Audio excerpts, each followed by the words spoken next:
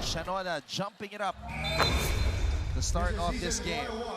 Seniors basketball eliminations. We were wondering about the role and the minutes of Jomel Puno today earning the start. And it looks like he's playing big, Renzo. Yes, and Coach Yuri designing first play for Jomel Puno to attack that paint area right away. Pero walang espasyo doon. That's why Yuki and Andrada was the first one to attempt a shot for San Beda. Interesting. As far as I remember, Jomel Puno has never really played the 4, especially to start a game for San Beda. Right. Alam ko naglalaro lang ng 4 to. Kapag may konting adjustment lang, kapag nababagalan si Coach Yuri, dinalaro niya ng big man itong si Jomel Puno para mabilis yung takbuhan nila. And to start the game with a Jomel Puno post-up, that's not something we see often. Well, I think Coach Yuri is just giving him confidence because we're talking about Jomel Puno earlier na medyo nagsistruggle nga for this season. Sahonia throws it out. Jimmy Reyes for 3. Jimmy Reyes drains the outside shot. That's an early 3-point for Jimmy Reyes na talagang maganda ang nilalaro for San Beda. The rookie, EJ Castillo, against the veteran Sahonia. Oh! Castillo breaking some ankles early on. Everything but the shot for Castillo. I feel like that's still going to be a highlight. Puno missing. Generals running. This is Jude Bagay. Jude Bagay. All right, let's get that first report from Flo Del Agua. Gentlemen, he is feeling pumped, he is feeling excited, and his first words to me earlier were, I am finally back. Tama ka, Anton, nakabalot pa nga ang shoulder ni Yukin Andrada for safety reasons. It has actually only been 2 days since he came back to training, but as he also told me, there is no way I am missing today's game. Dagdag pa kasi ni Yuki matapos ang pagkatalo nila last game, his teammates were begging for him to come back. As Beda also realized their skill set may be complete, but the vibe is different without one Yukin Andrada, a veteran, a team captain, and a glue that holds the pieces together. Back to you guys. Thank you very much, Flo, for that update on the condition of Yuki Andrada. Hindi biro yun, Renzo, na 2 days pa lang siya nakakabalik at nakakapag-ensayo. Well, alam naman natin na kondisyon itong si Yukin. Pero tama ka, no, na yung injury na yan, lalo pag shoulder, hindi talaga pwedeng minamadalian. But I'm sure itong si Yukin Andrada, given na last playing year niya na to, talagang susulitin niya every game. Yeah, Yukin is one of those players that we thought would move on to the next chapter of his basketball career. Pero syempre, itong pagiging collegiate player, isang beses lang yan mangyayari. Right, and sobrang hirap iwan ng NCAA. Sahonia on the pull-up. And I love to see Sahonia really aggressive itong sa start ng laro natin. Kasi nga, nabanggit natin kanina na last game, medyo late na siya nag-step up for San Beda. Castillo. And Castillo is able to draw a foul. That was a great attack by Castillo. Napaka-bagal lang, no? Meron siyang sariling pace. Ito yung unang puntos. Sahonia finding Jimmy Reyes. And then, makikita natin, Brian on the pull-up.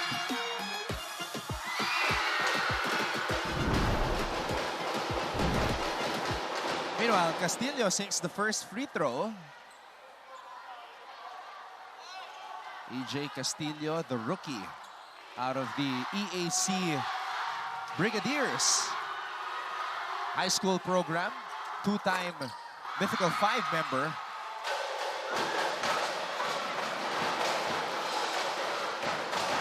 Puno, Andrada. And that's what Jomel Puno was doing a lot in season 99 when he was a rookie, crashing the boards. Well, I was about to say na yun nga, yung Jomel Puno na hinahanap natin the past 3 games ng San Beda. And I feel like now he's back. An active Jomel Puno is a scary Jomel Puno. And when he's locked in, hunting for those offensive rebounds. That was the Jomel Puno San Beda had when they won the championship. And there's no stopping Jomel Puno getting that offensive rebound. Lalo na kapag hindi mo na box out ng maaga yan. Because he's very tall, sobrang haba ng arms niya, and he's very athletic.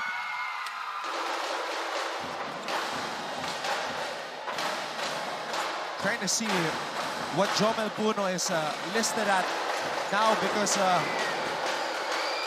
there's a debate as to whether he's 6'6" or 6'7".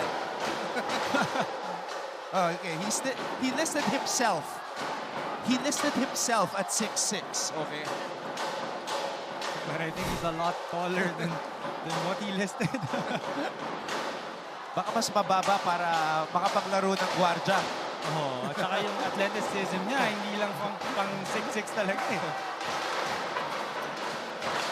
Jimmy Reyes gets the ball back from Andrada. Reyes. Sahonia. Yukian. And another offensive rebound for Puno.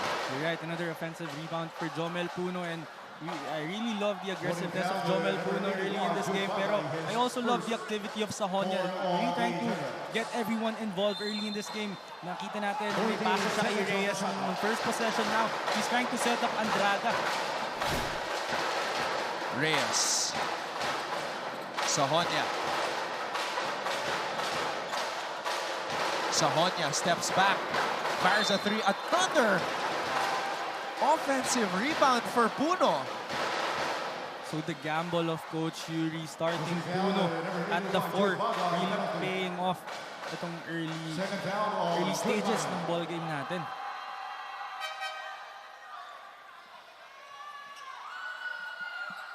Yeah, that's 4 times in the last minute or so na nakapulot ng bola si Puno.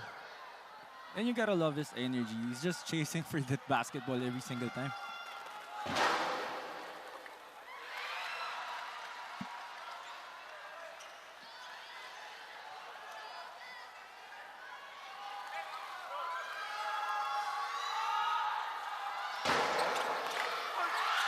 Missing on both free throw attempts. Bagay.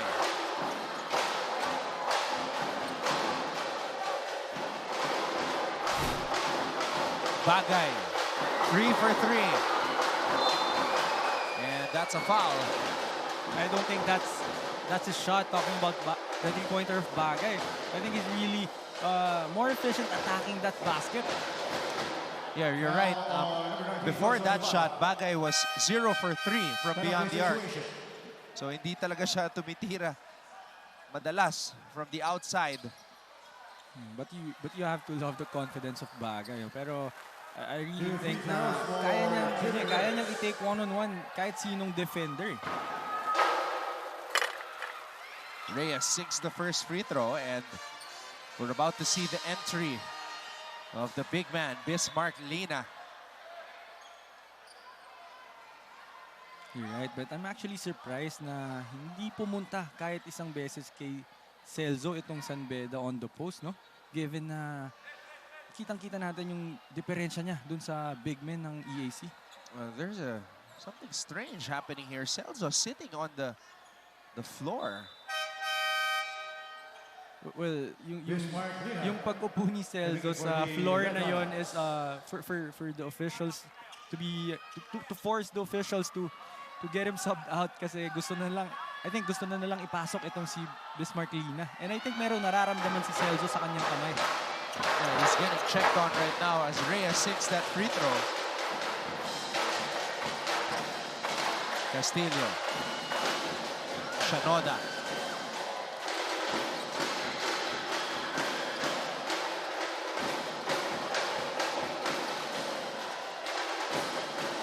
Seven on the shot clock. Oftana. And the Generals will run out of time as Postanes went up for that shot. That was a bailout shot for EAC. I thought San Beda really did great defensively. Timeout San Beda Red Lions. So now the coaching staff of both sides debating as to whether i-count ba yun or ika-count ba yung huling tira ni Postanes. We'll take a break and find out on the other side.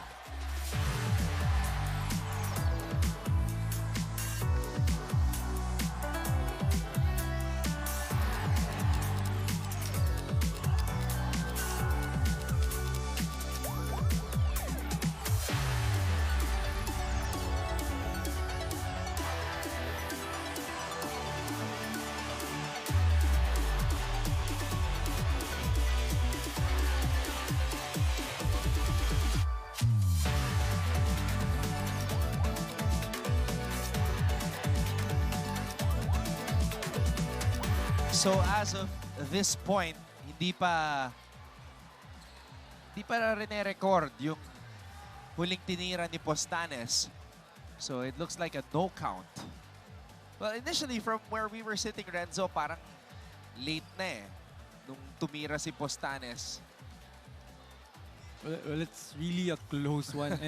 And I think EAC is really gonna fight for that point, especially if San Beda is really playing well and they're really aggressive right now. Sobrang malaking bagay yung point na yun for them.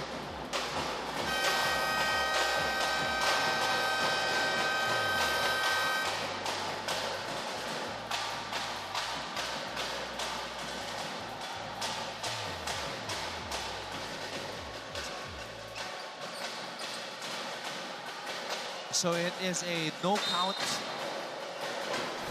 San Beda basketball.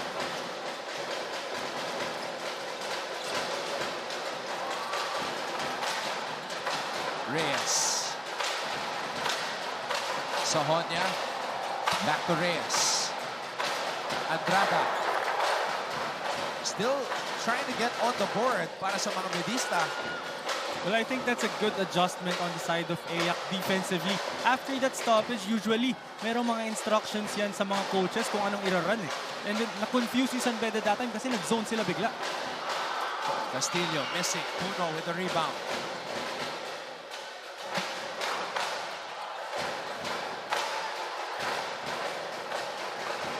Reyes. Reyes to Sahonia. Inside pass to Lina. Oh, that's 3 seconds for Bismarck Lina. And that's back-to-back possessions for EAC doing a good job on defense. Coming in for the Genders. Jackie Miller coming in for the Red Lions. That was the previous play na talagang not counted na tira ng EAC. Kaliman, Miller, and Gonzalez are now on the floor for the Red Lions. And San Beda is going big right now with Gonzalez on the point. Postanes. And Postanes Rico Postanes. gets on the board. And as soon as I said that San Beda went big, inatake naman agad ng EAC to sa loob.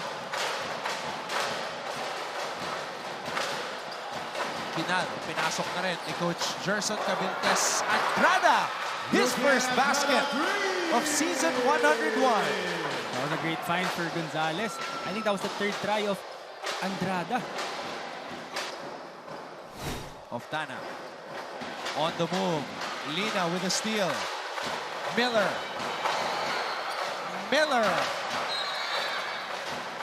And Jonty Miller is able to draw the foul. That was a good attack by Miller. Really being aggressive. First, Gianlo Loisto. And Roman Omanda coming in for the Genders. 50 girls for Jackie Miller.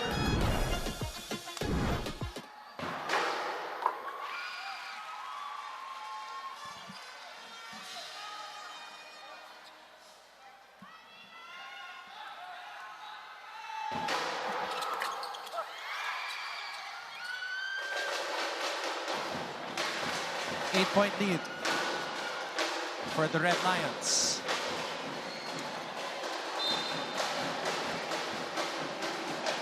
That's the same play they ran earlier. Na nakakuha sila ng layup off that back pick sa wingman nila. That time, nakakuha naman sila ng foul.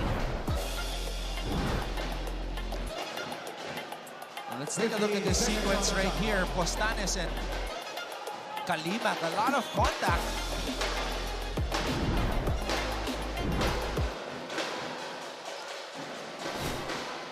Omandak. Kinal on the pull-up. And Miller comes up with the rebound. That was a great shot by Kinal. Talagang alam niya na merong challenge sa kanya dun sa three-point area. That's why he took that one dribble before that pull-up. Kalimag. Gonzalez.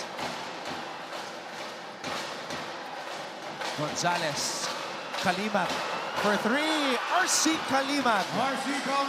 Three! That's a good execution for San Beda off that zone defense na binibigay nitong EAC.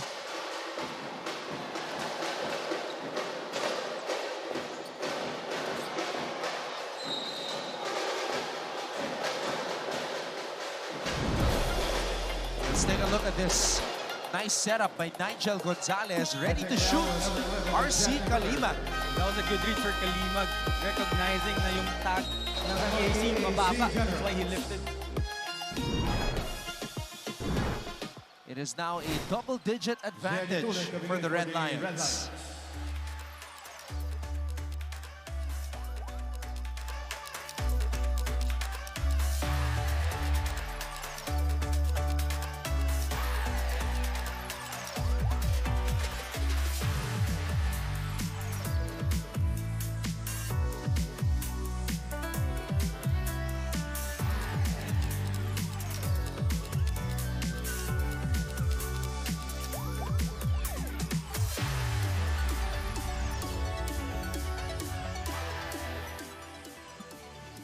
We have attorney Jonas Capochan, Mancom representative for San Beda University. And Mr. Paul Supan for his beloved JRU, Jose Rizal University. Dr. Lorenzo for Emilio Aguinaldo College.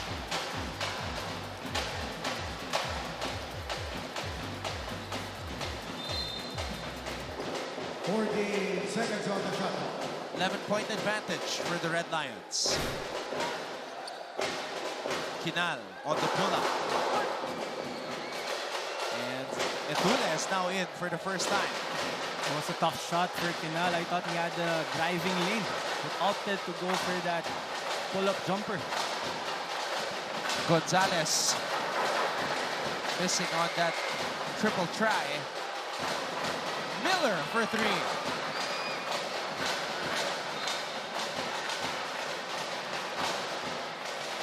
So that's the right thing to do if you're EAC. Talagang magbigay ka ng isang katawan for Bismarck Lina on that rebounding battle. Kasi mahirap pa talaga makakuha ng bola against him.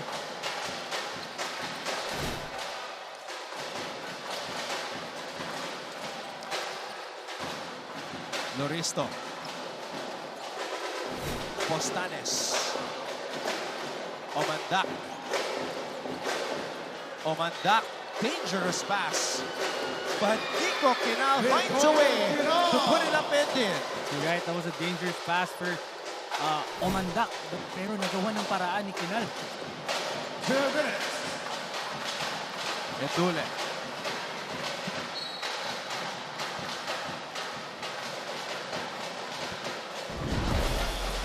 Strange pass there.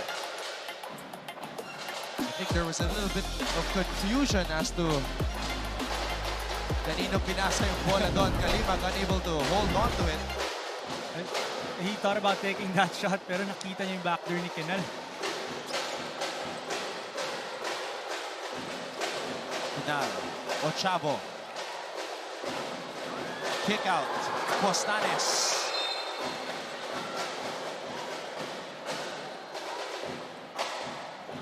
Holding foul, number 3, Jay Roland Omandak, penalty.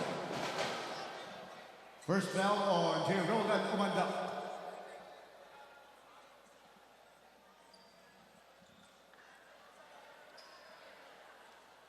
minute and 31 to go here in the first. And Zed Etule 2 free throws for Zed Etule. take 2 free throws.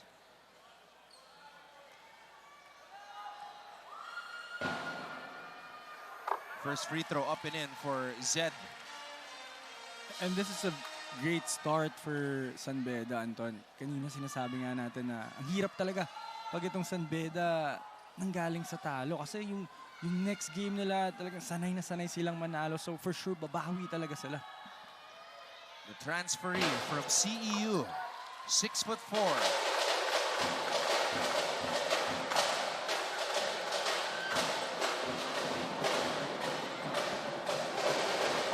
Ochavo, Omandak. Kinal with the floater. Nicole Kinal. That was another backdoor play para dito sa EAC. Para kay Omandak and Kinal. And I think na talagang nag-work yun for them eh. Talagang basang-basa na nilang dalawa yung mga ganung sitwasyon. Tony down number 14, Nicole Kinal, penalty. First down on Nicole Kinal. 2 free throws for Zed Etule.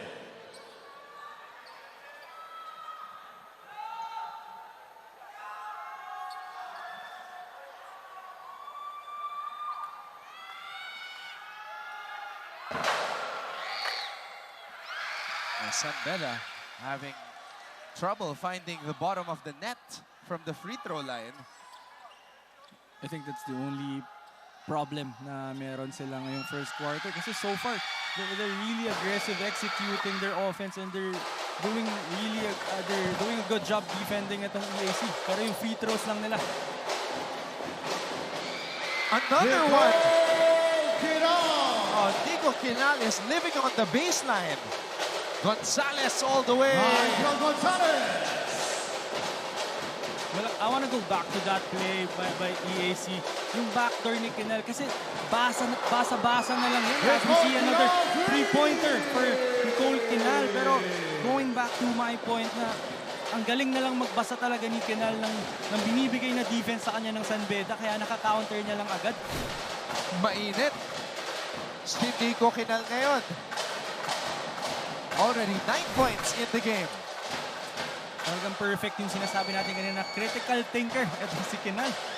Lina gets 2 Generals Etule. Gonzalez. Kalimag on the drive. Kalimag floater. No. Lina offensive rebound. Power dribble. Lina. Bostanes gets it to Ochavo. Ochavo has to shoot. Yun lang. Well, Ochavo was looking for Kinal, who's the hot guy for them, pero hindi niya namalayan, naubos na yung oras. Generals in 21 for the San Beda Red Lions. Oh, look at that gliding layup by Nigel Gonzalez who went coast to coast. At eto naman yung 3 puntos ni Nico Kinal that upped his scoring to 9 points. So a 9-point first quarter for the EAC captain, but his team is down by 7 against the San Beda Red Lions. We'll be back for quarter number 2.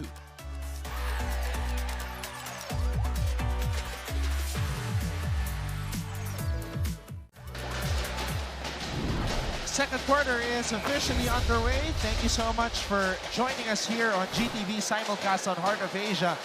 Anton Rojas, Renzo Navarro, and Flo Del Agua, your broadcast team for this matchup between San Beda and EAC. John T. Miller putting it up. Lina, offensive rebound. Lina stripped. Generals are running. Omandak, extra pass. At may foul na tinawag dito kay Etule. Well, that was a good defense for EAC, and they really did a great job running that break, getting a foul against San Beda.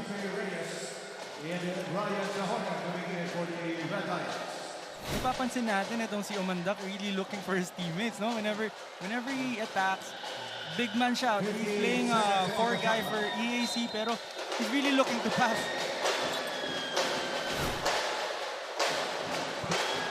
Omandak. Ochavo, 3 for 3. And Sahonia comes up with a board. Miller. Miller. And Jonty Miller will get the bonus. Then you have to love Ochavo, really. Trying his best to challenge Miller, but Jonty Miller is just unstoppable on that fast break. I never thought that I would see a Pinoy step on a 5'5" guy.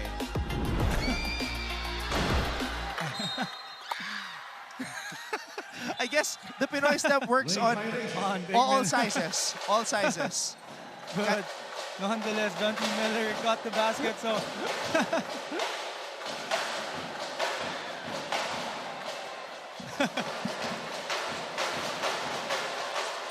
Sila dalawa talaga yung nagbabantayan, Renzo eh. I know, it's very interesting na itong si Coach Yuri nilalagay si Jonty Miller kay Kyle Ochavo. And I think kaya niya nilagay si Jonty Miller dito kay Ochavo kasi kaya naman niya sigurong humabol. And I think na nire-ready lang nila for switching. Kyle Ochavo is one of the hardest guys in the NCAA to stay in front of. He's one of the fastest guys with the ball. Oh, very quick and very shifty. Itong si Ochavo, napakadaming galaw. Ang ganda ng handles niya.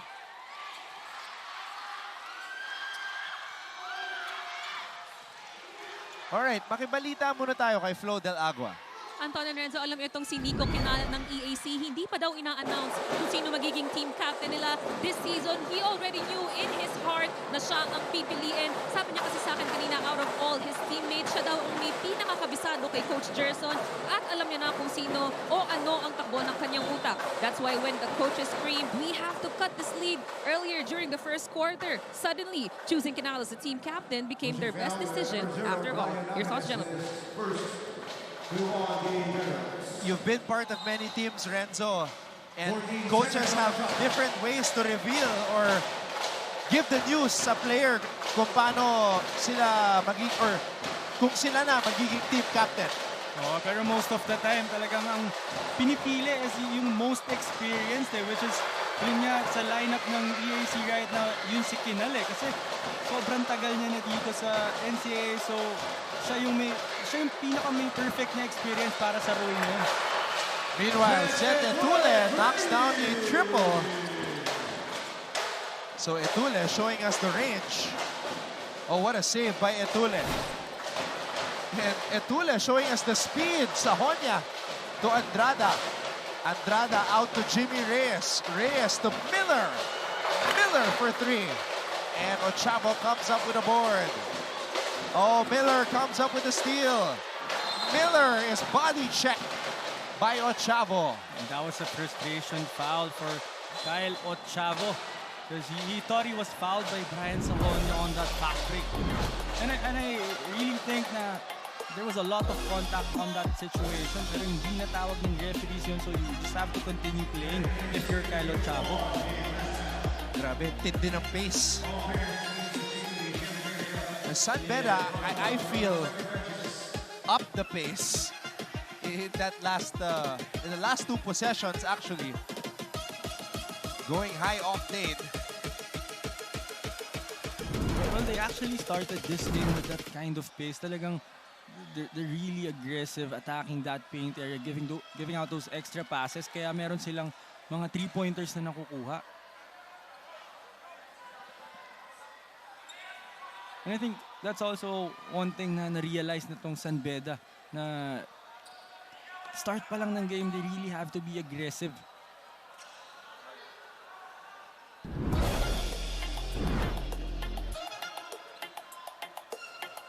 So this was after. Yun. Tinawagan ng technical foul si Kyle Ochavo. I think it's because he pointed at the referee out of frustration.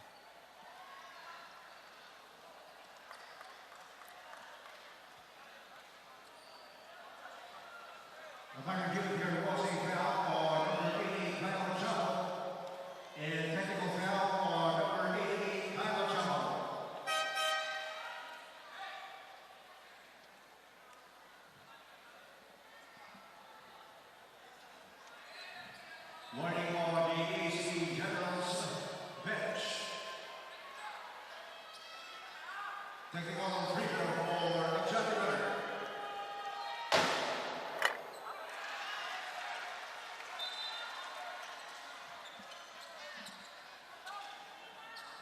one interview, Miller was being asked about the adjustments of playing here in the Philippines.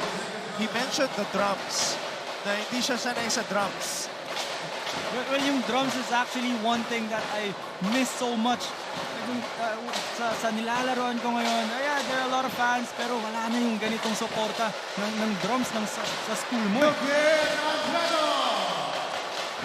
Meanwhile, Yukin Andrada goes up for that turnaround jump hook.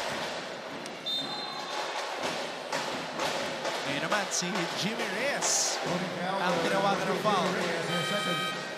Dito mo rin masasabi na sobrang veterano na ni Andrade. I know na wala siya ng ilang laro and is really excited to play, really can't wait to play, pero wala siyang pinipilit na mga tira ngayon. He's just really running the system of Coach Yuri. Kenny Estacio coming in for Jimmy Reyes. 16 seconds on the shot clock.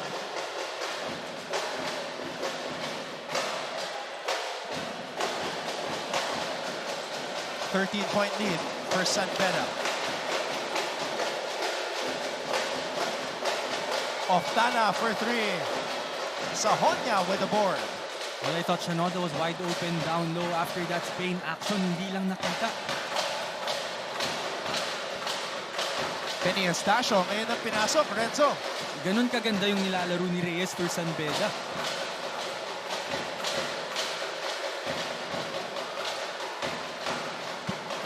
This is a deep point guard rotation. Jomel Puno with another offensive rebound. And this is scary for the rest of the league na nakita natin na nagising na itong si Jomel Puno. Yeah, how can you box out an athletic 6'6" guy?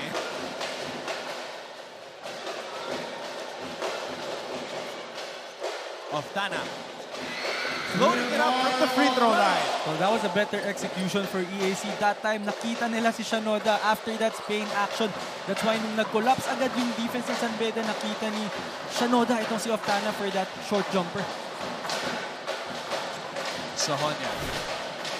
Sahonya. Etule.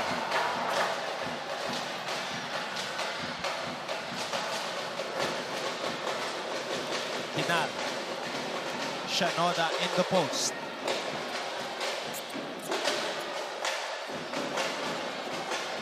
Shanoda to Oftana. Oftana pulls up. And Sahonya saves it to Estacio. I feel like minadali ni Oftana yung tira niya because he was already wide open pagbaba niya pa lang ng half court.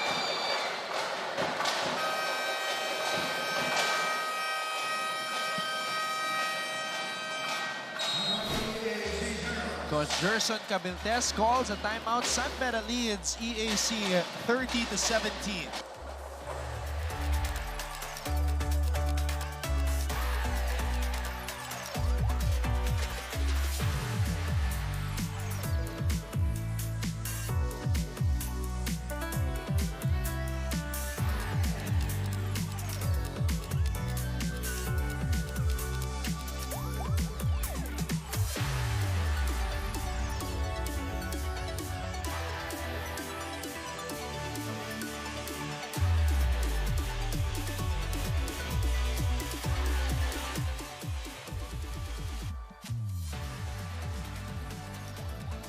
Rico Postanes, another second-generation athlete. His father, Edgardo Dodong Postanes. What a career he had playing in various leagues like the PABL, the PBA, the NBA, PBL even. So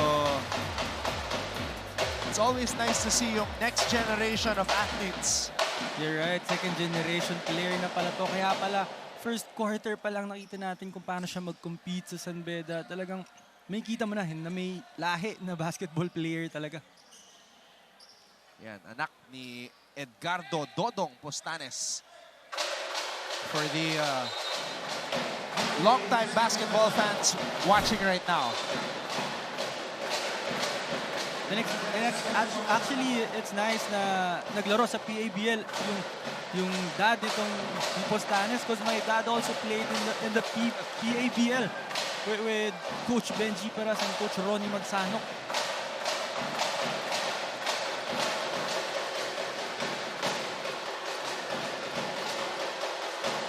Estacio. Andrada. Estacio.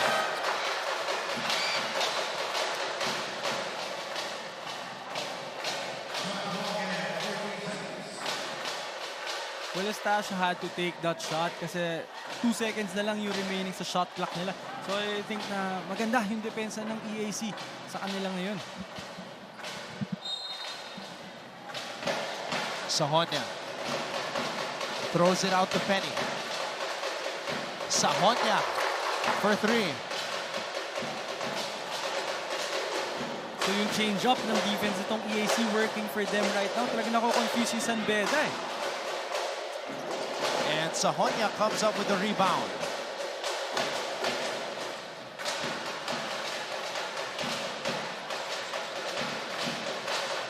Estacio for 3. Penny Estacio. For 3. And you have to love the confidence of Estacio kasi that was his 3rd try on the 3-point area. Hindi pumasok yung unang dalawa, but still with full confidence taking that shot. Villarente throws it out to Oftana. Doria, offensive rebound. Doria able to draw a foul. And another veteran for EAC. Itong si Doria. Kita natin gano'n siya ka-patient doon.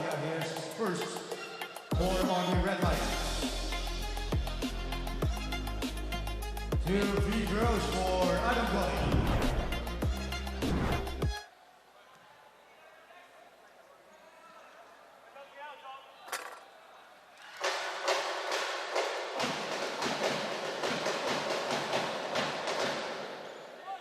Four minutes and 27 seconds remaining in the second.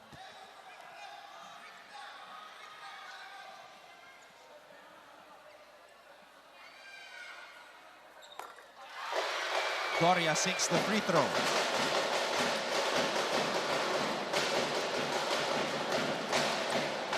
Now EAC applying full court pressure. It's really something that they need to do if they want to catch up in this game. Kasi San Beda is really playing well. Sahonia. Andrada, turnaround. Celso could not hold on to it. Again, another great stop by EAC. Doubling Sahonia on that right side of the court.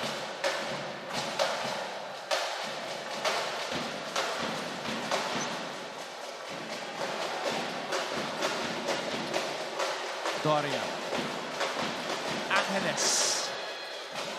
Oftana mula sa kanto. And Sahonia.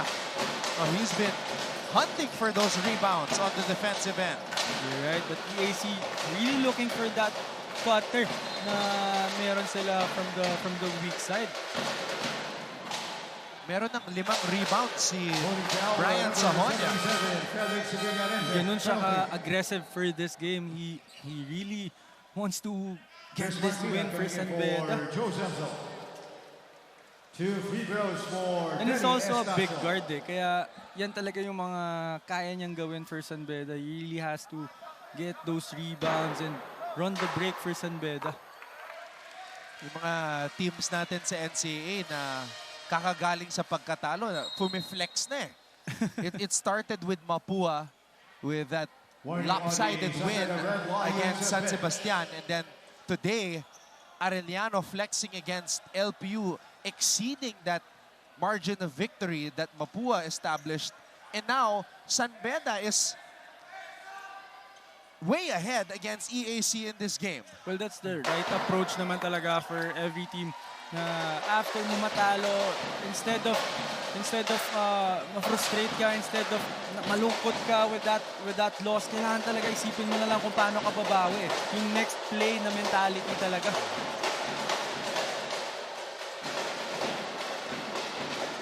Angeles. And Angeles drains a triple, a badly needed basket for the Generals. And Coach Yuri Escueta calls for time.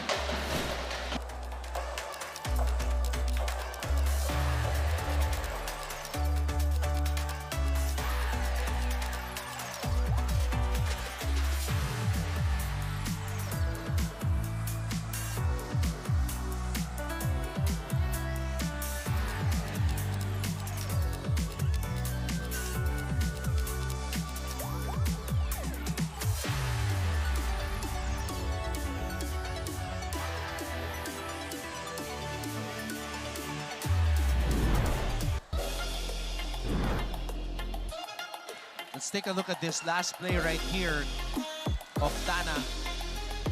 Nakita si Brian Angeles. And Angeles is able to convert.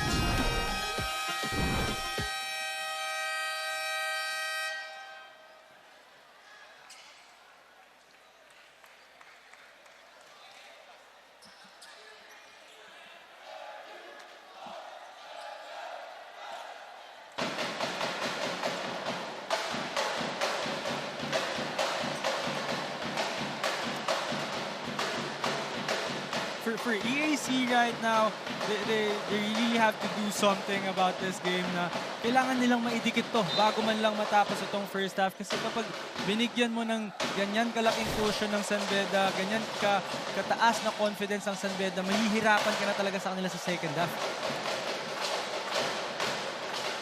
They have to get some stops. And they're switching up the defense. Andrada. Oh, San Beda just figuring things out as they go along. There's no problem for San Beda kahit switching up defense pa yan. As long as nandyan si Yukin na nakakita na ng maraming kinds ng depensa na kayang-kaya niyang basahin at basagin. Doria. Doria pulls up for three. And Miller comes up with a board. And that's the shot San Beda is giving up for EAC. Alam nilang hindi masyadong mataas ang percentage ng mga players na yun. Estacio. Puno for three.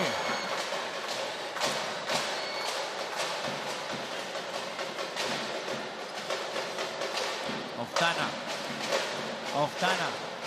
Angeles. Angeles with the reverse. Well, I was gonna say na dapat tinira na ni Angeles because he just made the shot earlier, but that was still a good drive for him. Puno offensive rebound and put back. What makes it hard to stop Puno from getting those offensive rebounds is hindi mo alam saan siya nanggagaling eh.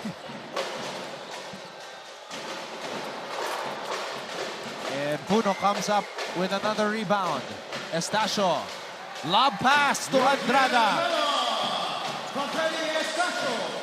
And everything's just going on the side of San Beda right now.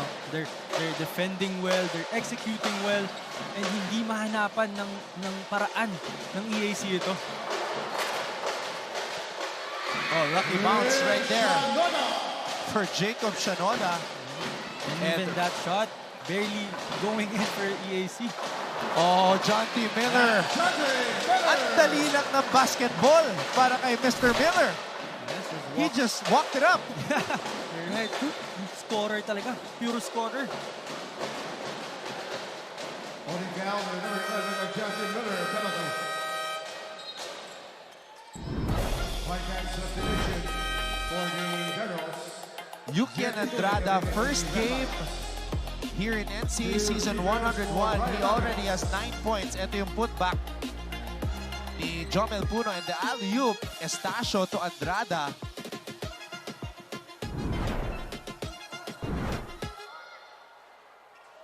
Pagkatapos nun, yung pull-up ni John T. Miller. Simpleng pull-up. Oo, tapos walang reaction from John T. Miller kasi it's something that he does every day. But I want to go back to that play, yung alley-oop kay Yukian Andrada. It's something that you don't see every day.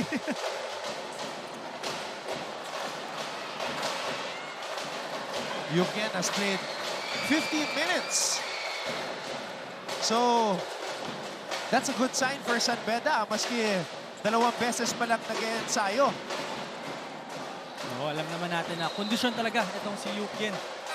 But San Beda, I don't think they're gonna force Yukian to play the whole game, especially na may nilinar siyang injury.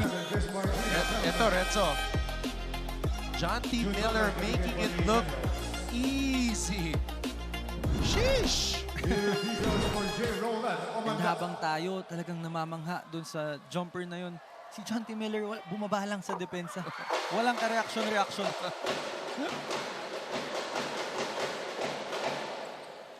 Si John T. parang yung yung ginawa niya doon, para siyang dayo na pumunta sa isang basketball court. Hindi alam ng mga tao kung paano siya maglaro, tapos bigla na lang pull up. Ay, magaling pala. Oo, magugulat lahat ng tao. Tapos siya, hindi na siya magugulat sa tira na yun dahil matagal niya nang ginagawa.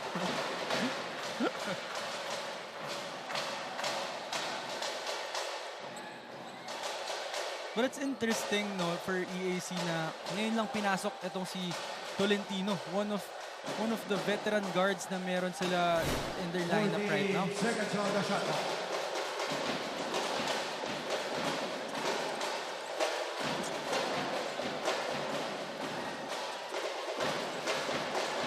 Eight seconds on the shot clock. Tolentino. Blocked by Kalimag. Sabi siguro ni Tolentino, ngayon na ako pinasok. Gagawa ako. Didiskarte ako dito. Well, he had a separation, but I don't think it was enough to get a shot against Kalimag kasi malaki rin itong si Kalimag eh. Gonzalez with a rebound. San Beda has time. Gonzalez with the left hand. Pangalawang coast to coast mula kay Nigel Gonzalez. And the end of the half, it's 45-28. 40, San Beda, Red Lions. Grabe. Nigel Gonzalez. Nobody. Walang humarang. Kaya diniretso na ni Nigel, giving San Beda a 45-28 advantage over EAC at the half.